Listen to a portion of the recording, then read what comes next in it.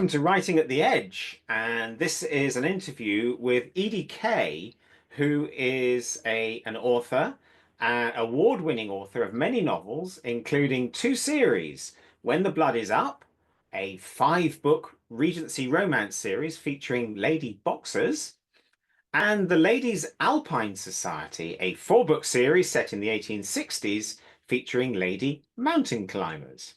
So, what we're going to talk about for the next half hour is the subject of writing sex scenes, what to do, and more specifically, what to avoid.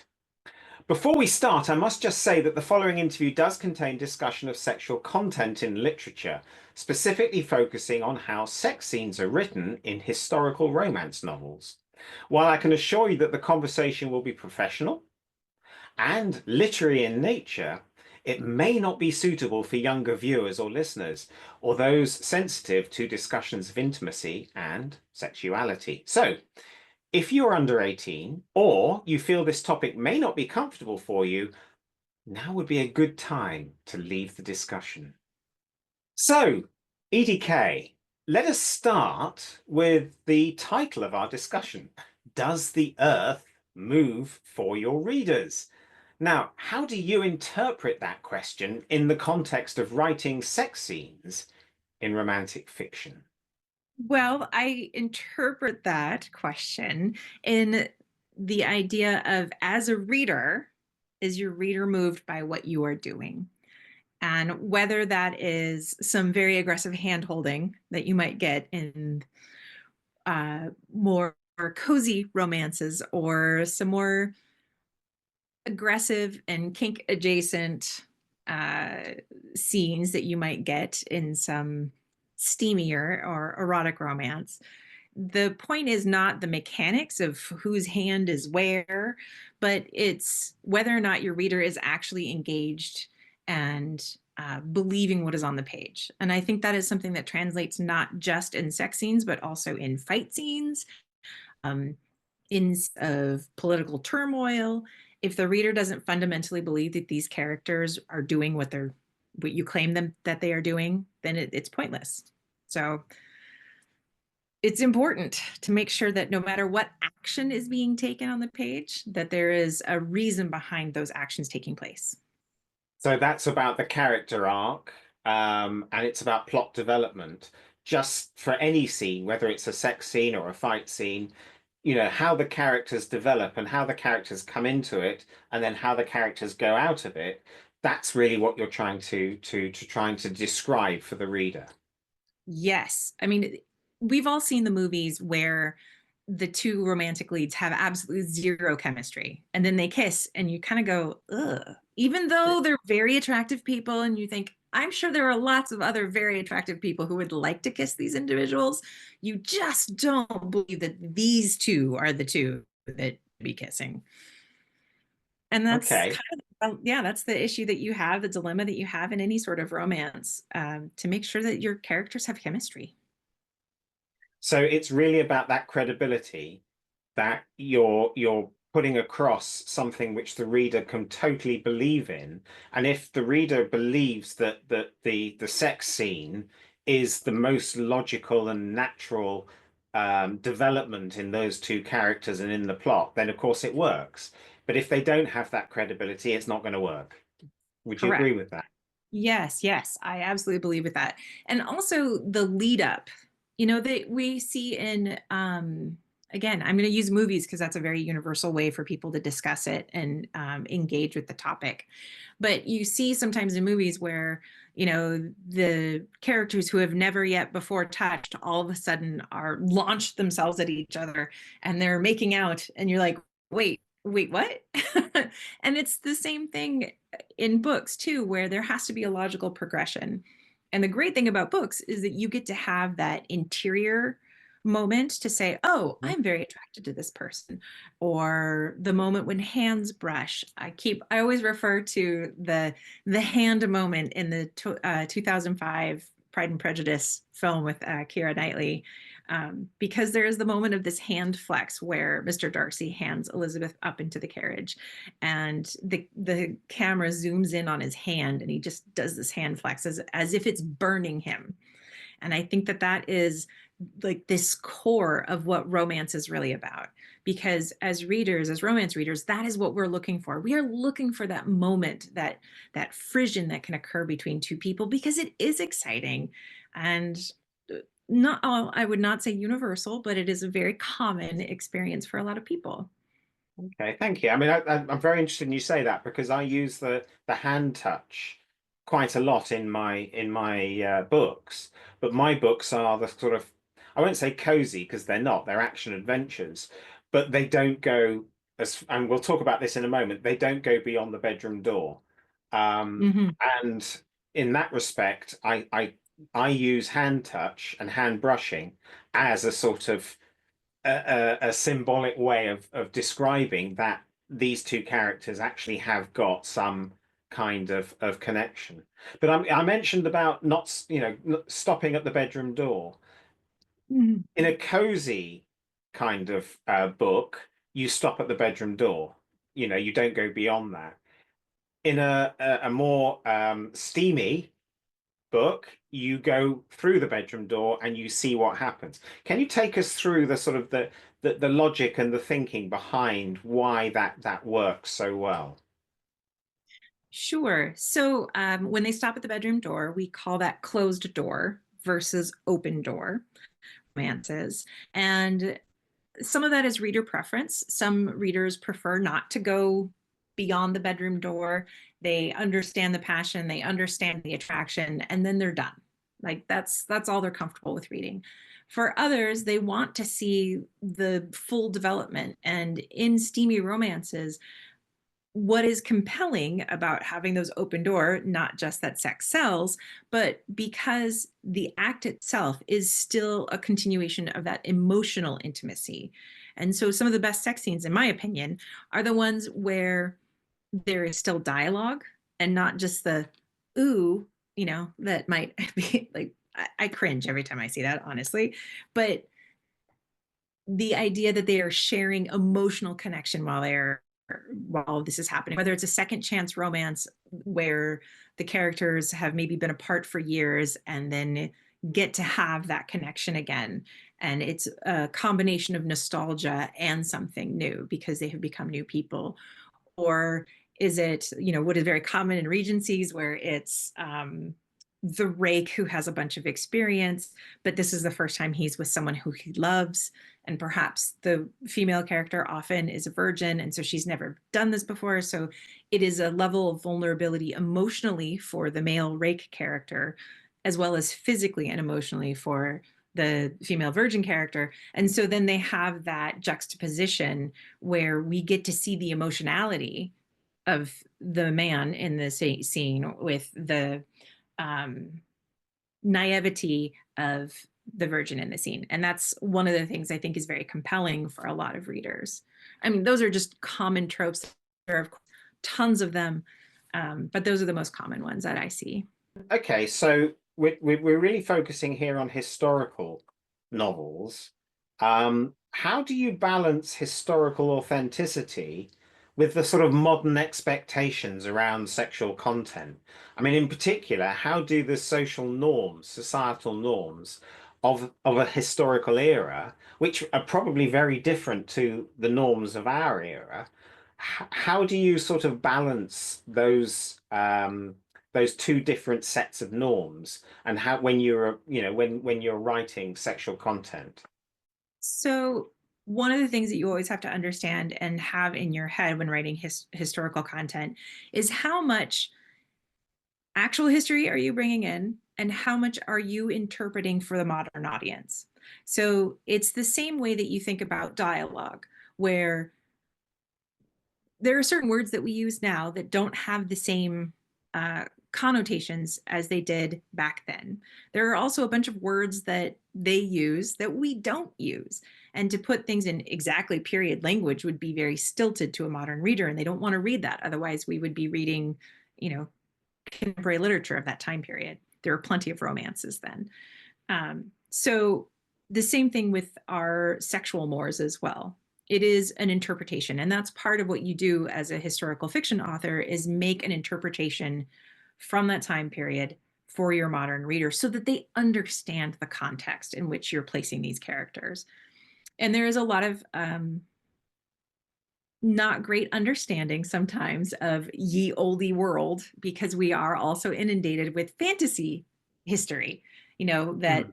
obviously this must be the time period when there's, really, really tight corsets, and you have those images of, maid servants like standing on the backs of these women, like cinching up corsets as hard as they can, even though that is not actually the way they wore corsets. That was not how it worked. But we have that image. So we always end up including those in these books. Not, I mean, I don't, but some people do.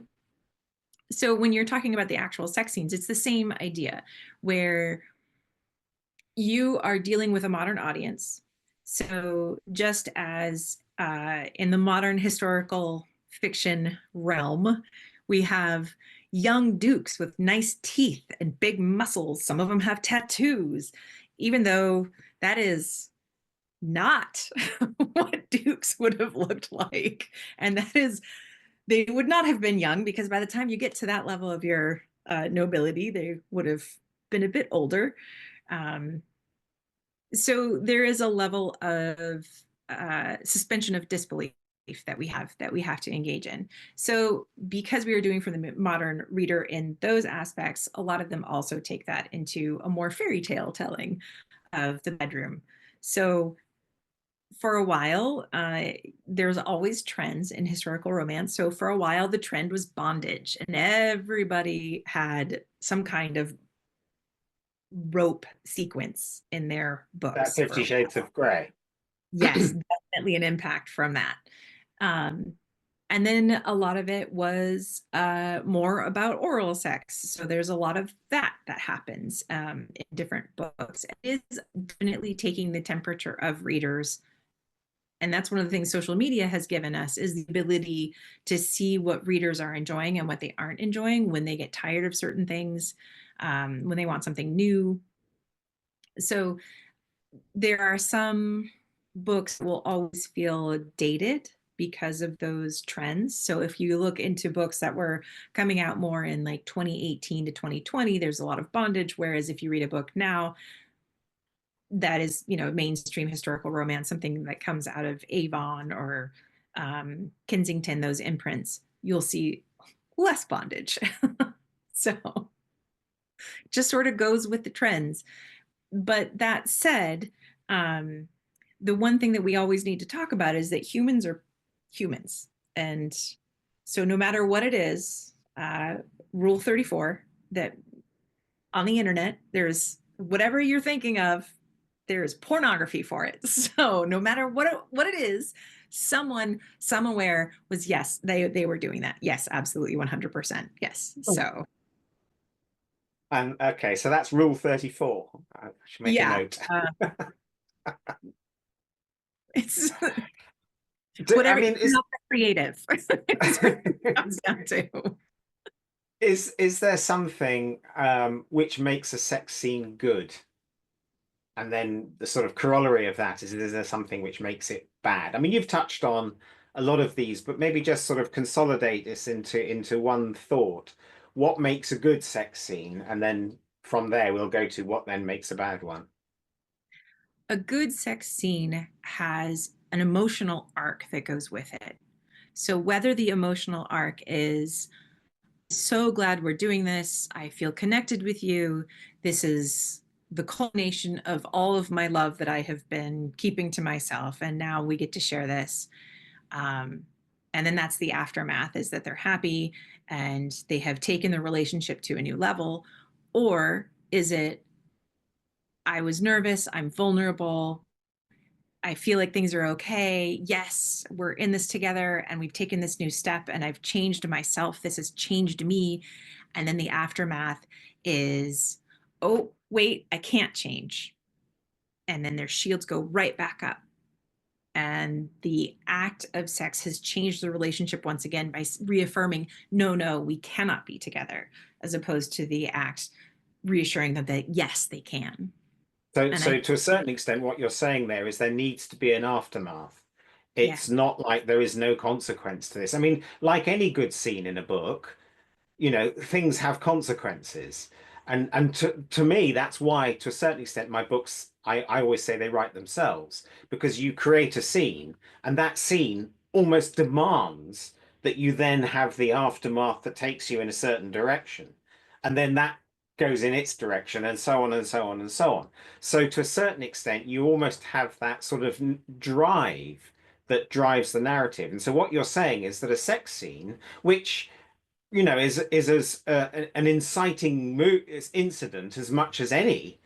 I mean, if not maybe more so than any inciting incident, um, has to have its aftermath, has to have its consequences. It can't just be, to put it bluntly, wham bam, thank you, ma'am. It's got to be something has got to change as a result of Yes. this. Is that am I am I on the money there? Yes, I absolutely. And there is more than one plot device where the characters are thinking this is going to be a wham bam, thank you, ma'am.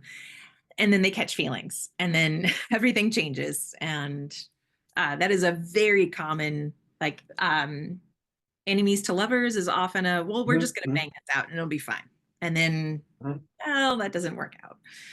So yes, there always needs to be consequences. And I think that's one of the reasons why steamy historical romances are um, kind of this stereotype of a romance book, because in historical romances, consequences are greater for the female characters. And because you have a largely uh, woman readership of this is something that we as women can engage with and understand, because the consequences of sex, of course, is baby if you don't have access to birth control.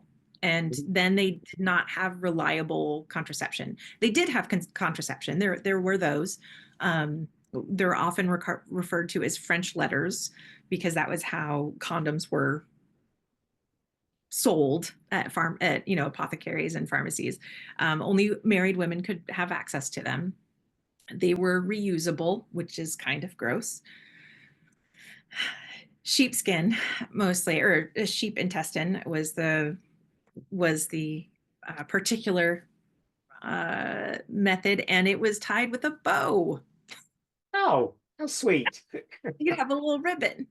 So Lovely. we did have these, but again, not particularly great at doing that. They had uh, acid douches that women could use, usually by sex workers. They would use vinegar-based, lemon-based douches to help prevent pregnancy. There were some teas and a couple of other plants, things like Queen Anne's lace, that were used to also help prevent pregnancy. But again, none of these things were 100%. So the act of that alone, not only with higher born women in historical romance having the possibility of being ruined by their association with some sort of rogue, but it's also the Mhm. possibility of not having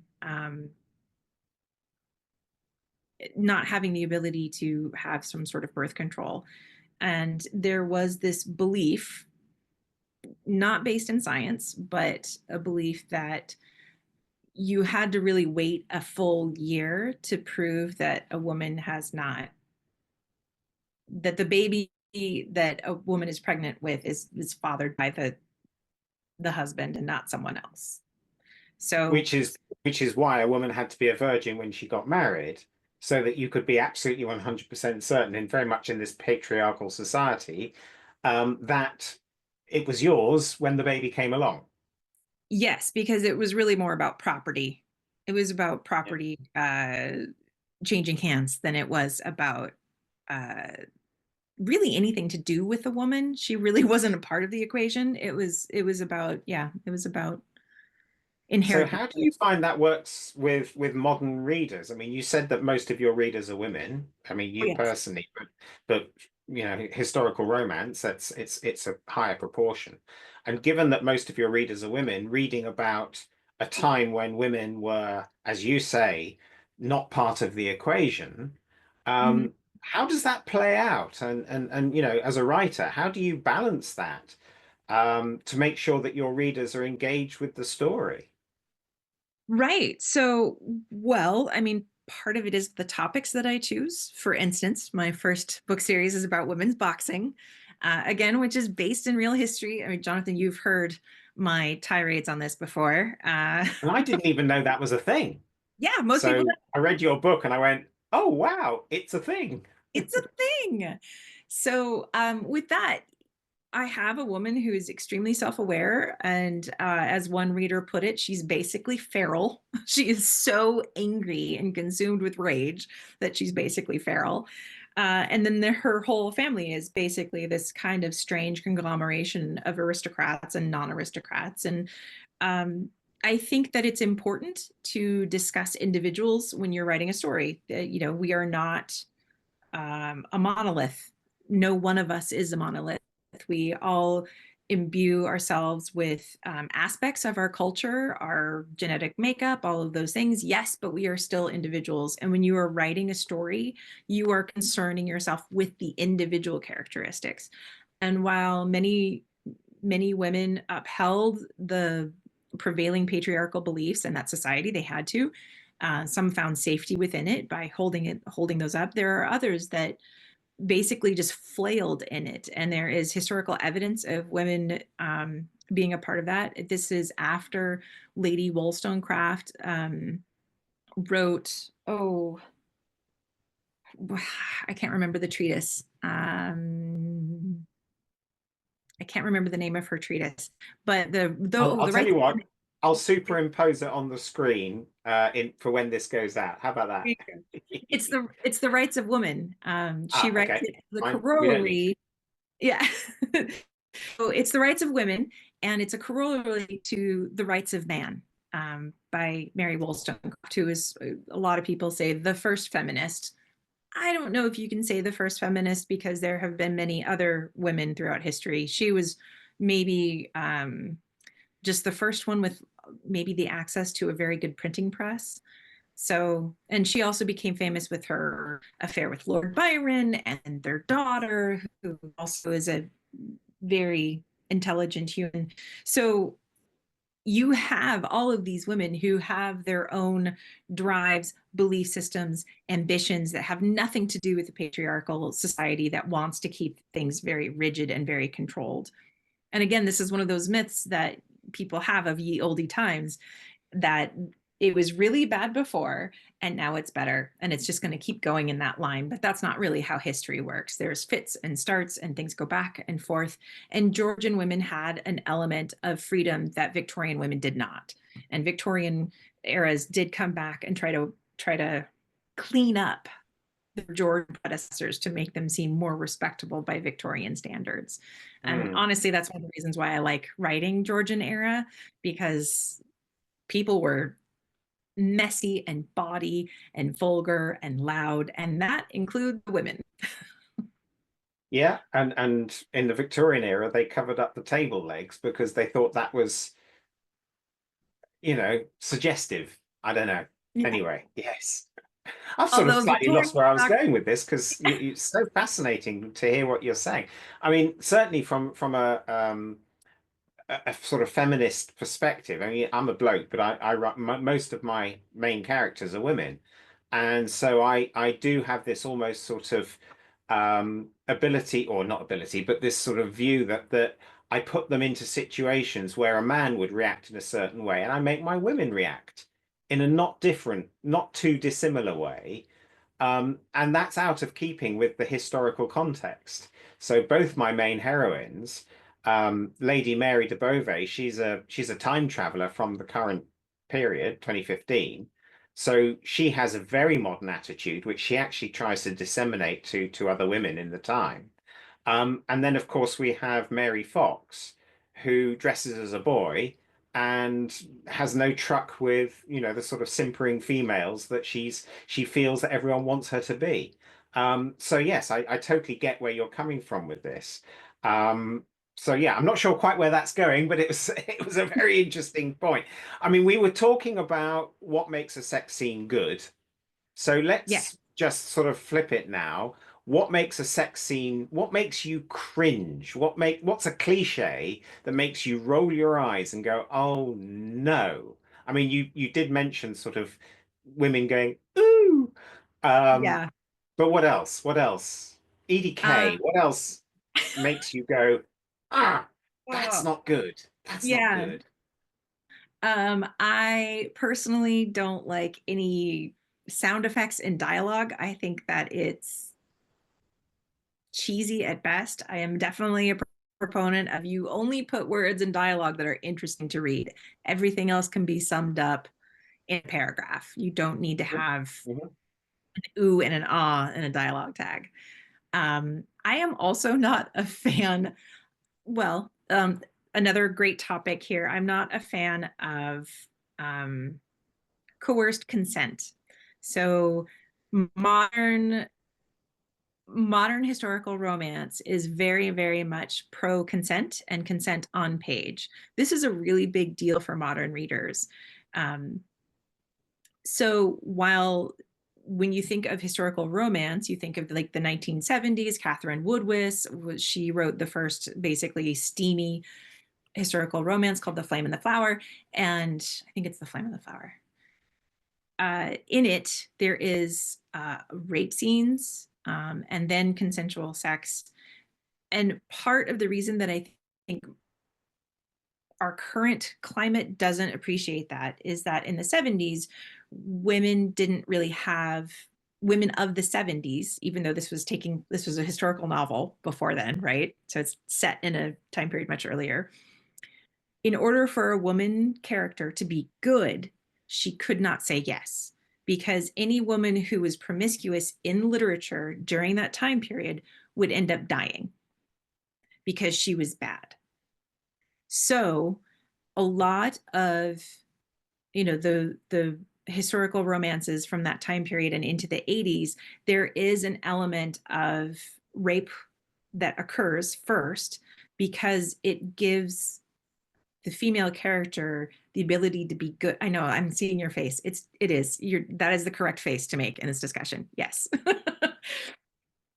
But in order to have the social mores of the readers of that time to believe that it was okay was to couch it in this rape thing. And it wasn't because women wanted to be raped, which is a very reductive way to look at it. It is because that women who were considered good weren't allowed to say yes. It's complicated. Yes, I know. So now that we are in a time period where women can be good and be sexually active before outside of marriage, and that is not a thing that is a problem for most readers these days.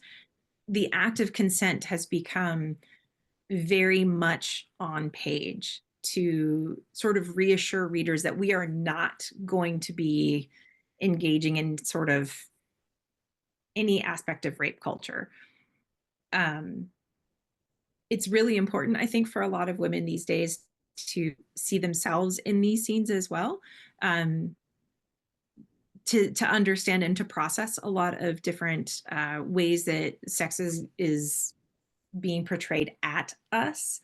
And I think that's the difference between um, sex scenes in romances, where it is very much women are a part of the act, as opposed to sex scenes in a lot of the stereotypical male driven thriller like Jack Reacher or those kinds of novels where Right. sex happens at a woman. So Absolutely. And you just put me straight in mind of the 1970s James Bond, where we have, this sort of older man um having sex with younger women. mhm. And as men, we're all supposed to go, good on him. Look at him. He's doing it with a incredibly sexy and beautiful young woman. When the reality is that it's just really icky. Yeah. Well, And yeah. I mean, I can't watch those films now without sort of going, oh. Well, so this is from Gone with the Wind. So yes, 1930s, right? There's a lot of problematic things about Gone with the Wind, but there is a scene that I think of in my head when I think of bad romances, and it's where Clark Gable grabs Vivian Leigh, and it's this passionate moment, and he grabs her and just mashes his face at her, and it is she like sinks down, and so their lips are locked, and Clark Gable's sort of like hovering, and she's basically limp in his arms, and it looks so uncomfortable, and it looks very much that he is doing this at her, and that is how a lot of well, for what I would think a bad sex scene is where the sex is happening at someone. Right. And I think that is one of the things that romance in particular tries to make sure we don't do, because Yeah. it's about two different characters coming together, not one character getting their rocks off. Yeah. That's So to summarize, really where we're coming from here is that it's got to be it's got to have character development, it's got to have plot development, and it's got to have consequences. That's sort of rule number one. Um, no sounds made by either party in a sort of onomatopoeic kind of way, yeah, in because dialogue that's tags. just icky. And what was the last one? I mean, you can put Oh it yeah, in and like it got to they be moaned. it Yeah, can't be at them. It's got to be consensual, and it's got to be because both people have sort of what's the word? Evolved, not evolved, but have developed to that point where it is the natural thing to do. Is that yes, have I summarized that correctly? yes, and it is okay. I'm not saying you can't, but it is also okay to have characters who have sex who are not on the same page, where one of them might be doing it as I don't know, pity or healing, or they're doing it for the wrong reason, and the other party is earnest. That's totally fine. That is not an at. It's more of to make sure that the engagement is on both sides. That you Hmm. know, Hmm. no one's laying there as a dead birch. So that's really what it comes down to. So lying back, we have an expression, lying back and thinking of England. Yes. Yeah, not that. And if that is Okay. happening, then maybe that is a conversation that could happen that would add interest into your scene. Well, talking about adding interest into the scene, what about pacing? Do you have any particular techniques when it comes to pacing a scene? It's like the bedroom doors closed and the clothes are thrown off and off we go, or do you like to sort of build up, develop the scene a little bit more Hmm. Yes, more carefully? organically.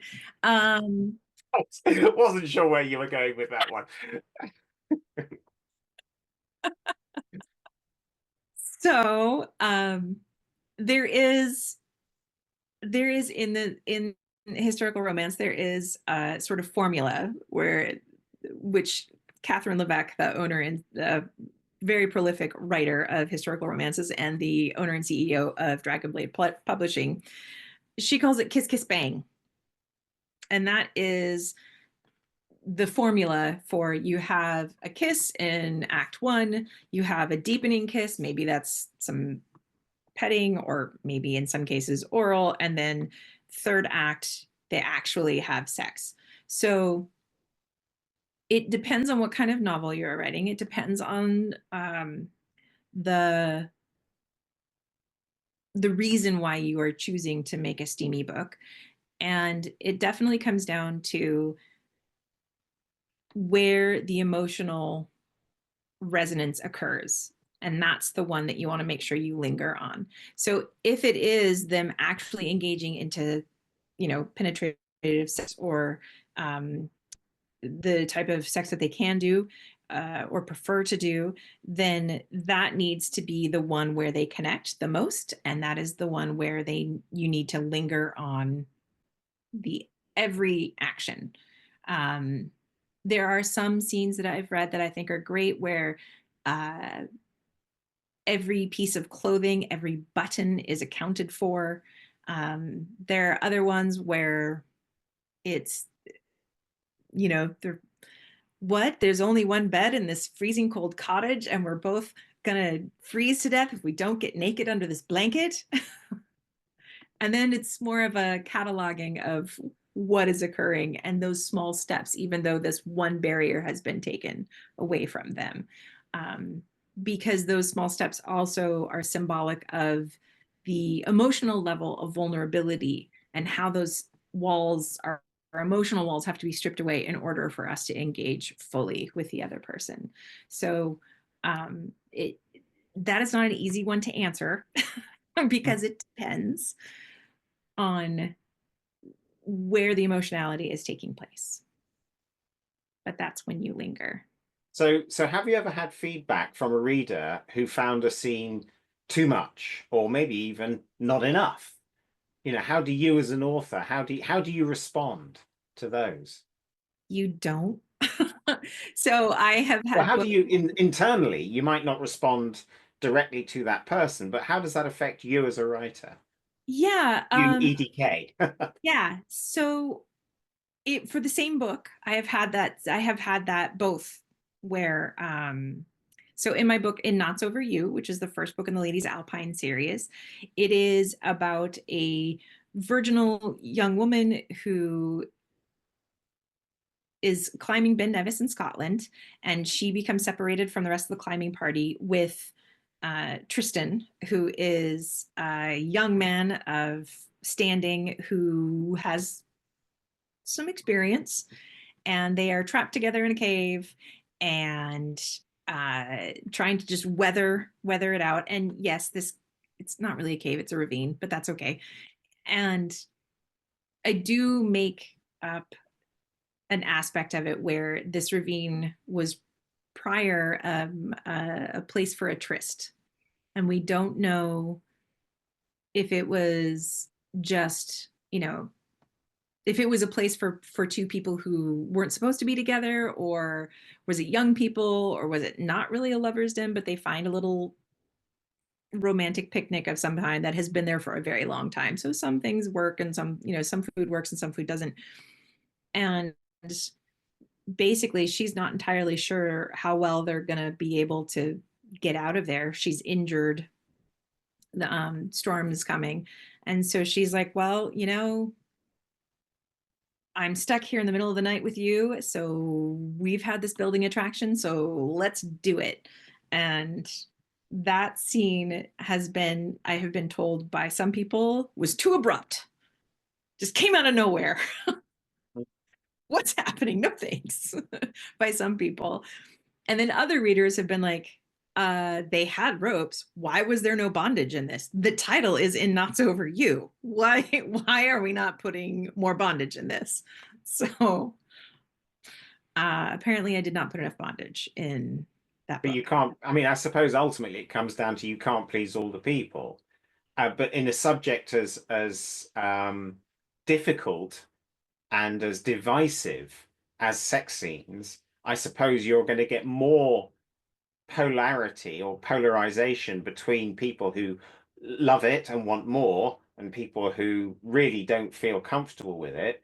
You're going to get that sort of polarity. I mean, where do you personally draw the line between what's like erotic and what's exploitative or even good? And I'm not saying in your writing, but as a Yeah. reader, where would you draw the line between erotic and exploitative? And we've talked a little bit about rape earlier on, but where would you draw the line?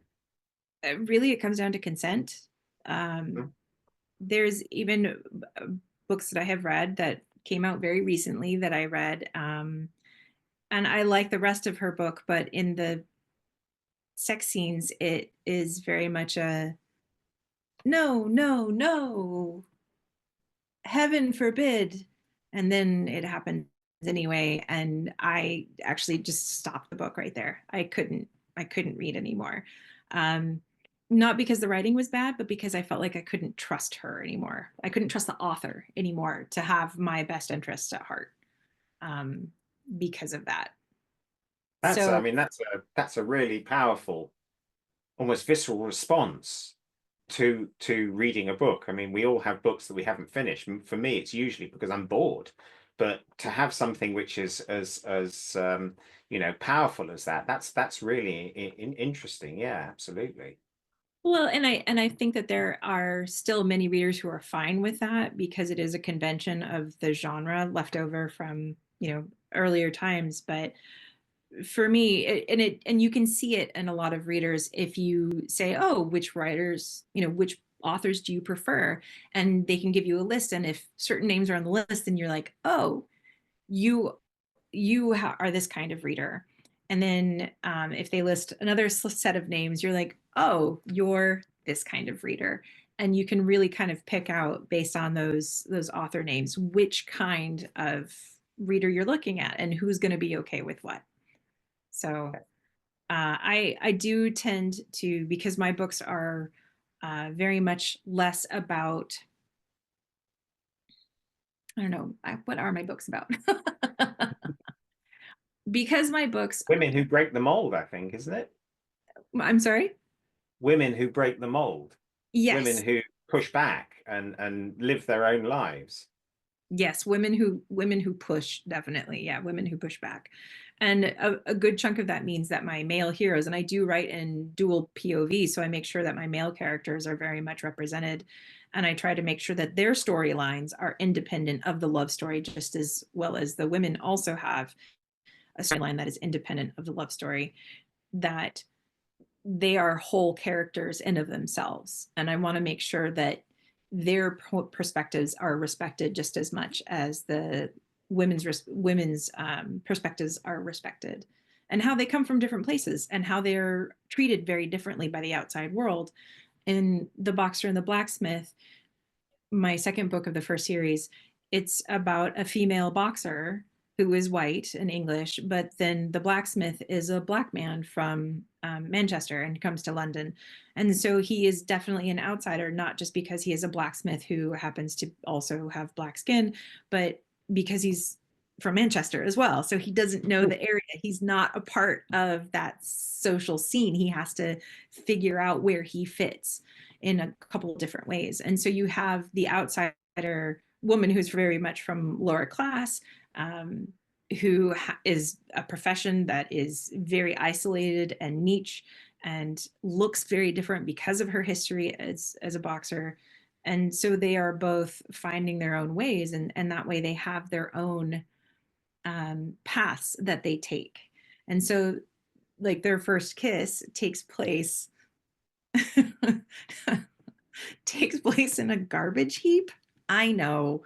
What? but but the point of it is that it's unexpected at that point, and she makes a comment of saying, "Oh, it would have been nice if it would have been somewhere else that we had this kiss." And he was like, "I don't know, on the mouth seems like a pretty good place to me."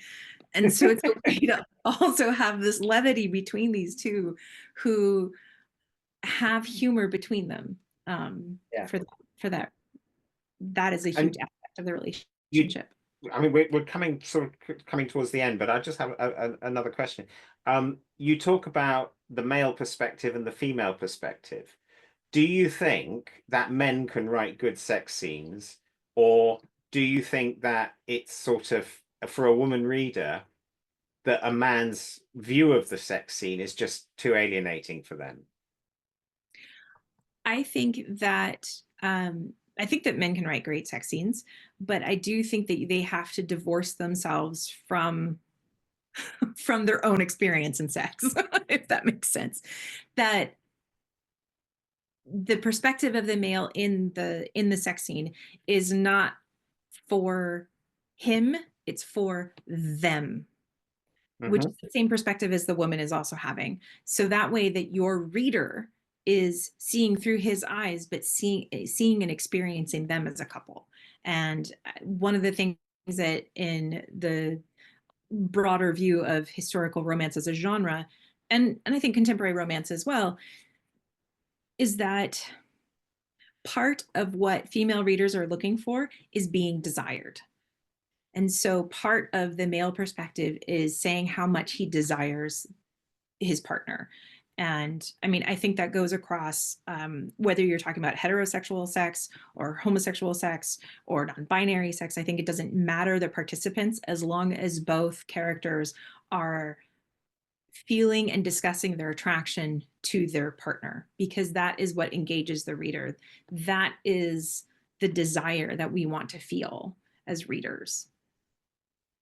So if you Okay. have just like, oh, this feels really good, I mean, great. I mean, that's part, yes, but also it feels good because of the person you're with. And that is the part that I think that is often skipped over in thrillers and other things that are written more predominantly by male authors. And I think that is ultimately why a sex scene fails often when written by, like, there's a whole um, thing of men writing women, and it's because a lot of times in books written by men, and I'm not saying this is you, Jonathan, because I've read your books and I know that this is not you, but the idea is that they get so obsessed with breast size of a woman that they can't describe literally anything else about her. Like, it's just, she's walking along and her C cup breasts are in a black tank top. And because they can't talk about anything, literally anything else, it's just a pair of breasts moving through the world independently. I think on that note, um, I did have one final question, which was, do you have any advice for an aspiring romance writer who is sitting down to write their first sex scene? And almost I'm asking you to summarize what we've been talking about for the past 40 minutes. So do you have any sort of advice for the aspiring first time scene I, writer? I do. Just write it. Don't show it to anybody, and write it Especially not your independently mother. of, yeah, don't show it to your mom. Uh, write whatever it is and keep it apart from whatever work in progress you have, characters you have. Just write the scene of two other people. It could be a short story, it could be nothing, it could just be something that's going to sit in your Okay. computer. But just as practice, just so that you can get practice in it. Because there is a point where, yeah, you're like, wait, how many hands do they have at this point? Because you're like, everyone's holding and what? So part of it is, yeah, just getting the mechanics down. Um, do not do not try to write a porno. Like, don't try to like watch one and then like, I'm going to write down what happens. No, no, no, this is different. It's different fiction. um and the last one is to read a lot and look for, there is often on social media there's things called like Friday Kiss and a couple other hashtags where people will post their first kiss scenes and other things that will link to it, so you can get an idea of people who are really good at this, people who are at the top of their craft, people that we're learning from. In contemporary romance, Kate Claiborne is really good to read. I think she does a good job. Courtney Milan in historical romance, I think, does a really good job of consent specifically. Her brother Sinister is really good. And I think it was her that had one masterful job of a not of taking pages, chapters to get through this, where she has, the female character is has had a traumatic sexual past but wants to connect with the male main character, and is having trouble getting over her traumatic past. And so he has her take control of the situation by having a hairpin as a trading point. So every hairpin she pulls and puts down, she tells him what to do. So he removes his jacket, another hairpin, he removes the cravat, and it's this very slow. And there's a long discussion through the entire scene of it. And so it is this unwinding not only of her past trauma, it is this engagement of these two people. It is him showing an amazing gentleness in terms of, being with a partner who has been traumatized. It is her gaining empowerment in being able to say what she wants when she wants it, um, and to be able to not just verbalize these things, but to actually have the moment where she gets time to think through it and is not pressured to do more than she is willing to do. And it's just Mhm. a brilliant, brilliant scene. So reading books like that is really what's going to get you to where you need to be. Okay, well, thank you. That's really good advice. Really good advice. Practice. Practice, Yeah, just examples. try and see how you get on. And I think also as a writer, when you write, you're writing, you're developing your thoughts as a writer.